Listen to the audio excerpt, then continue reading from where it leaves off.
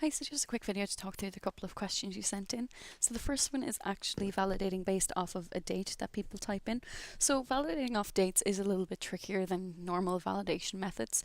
There is no simple way of basically saying that only allow people to pass if the date is kind of greater than or less than 7 days ago, for example. That's just not possible.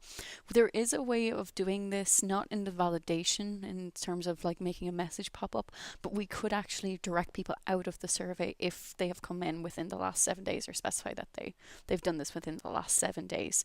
So I can talk through how to set that up. So basically what we want to do first is on our text center question, which asks to specify a date, we want to go to validation, we want to go to content validation, and then to a date. And for the format of the date, we need to make sure this is in year, month, day. And the only reason for this is because when we use dates in validation, it will treat it as a number. So this is the only way to ensure that the number will always increment and keep going upwards. So we'll just do year, month, day, so people have to type in that way. Then all we need to do is we need to create a little math operation in our survey flow. So when we click into survey flow, I'll just remove this, sorry from before, and we just need to click on add new element here and branch. We're going to set a condition based off of our math operation, so we're going to add one more new element and an embedded data field, and we're going to move this up underneath the question that asks for the date and just above the branch. So for the embedded data, we're just going to call it, you can call this whatever you want, so we can just call this date, for example. Then for the value, what we're going to do is we're first going to pipe in the answer that they gave to the date question. And we're just going to say, click to write question text. This will be the text entry value that they enter. And then what we're going to do is in front of that, we're actually going to pipe in today's date in the same format of year, month, day. So again, we just go over here, we go to pipe text and we go to day, time, current date / time, and then we go to year, month, day right here. So I believe that is correct. Yep, that's year, month, day. The next thing to do is just to remove the bracket, or curly brackets and $sign in here. And for a math operation, basically what we need to do is just start off with $E. Then everything within here must be separated by a space. So we need to make sure there's spaces at both ends. And then we want to minus the current date from the date they enter here. So now we have our date worked out. So this will tell us basically how many days of a difference there is. So for our branch, all we need to do is set our embedded data, date,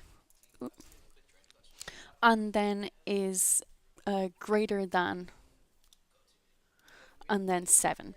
So basically this is taking away from this to see how many days these are apart. So we're looking for only if these dates are actually greater than 7 days between the two dates, between today and the date they enter. Obviously you can change this to be whatever you want and just click OK. Then all we need to do is add a new element and then click an end of survey. So if the date is less than 7, or sorry, this should be actually less than 7, I just realized that. So if embedded data date is less than 7, then they are kicked out of the survey through this end of survey element. And you can customize this to give them their own little custom end of survey message, or you can screen them out if you don't want those responses recorded. And then just click save flow. So I know it's a little bit like of a kind of difficult workflow, but it's the best way of actually working with dates. So just let me know if this is something that might work for you, and if it's not, just let me know and I can try and think of something else for you.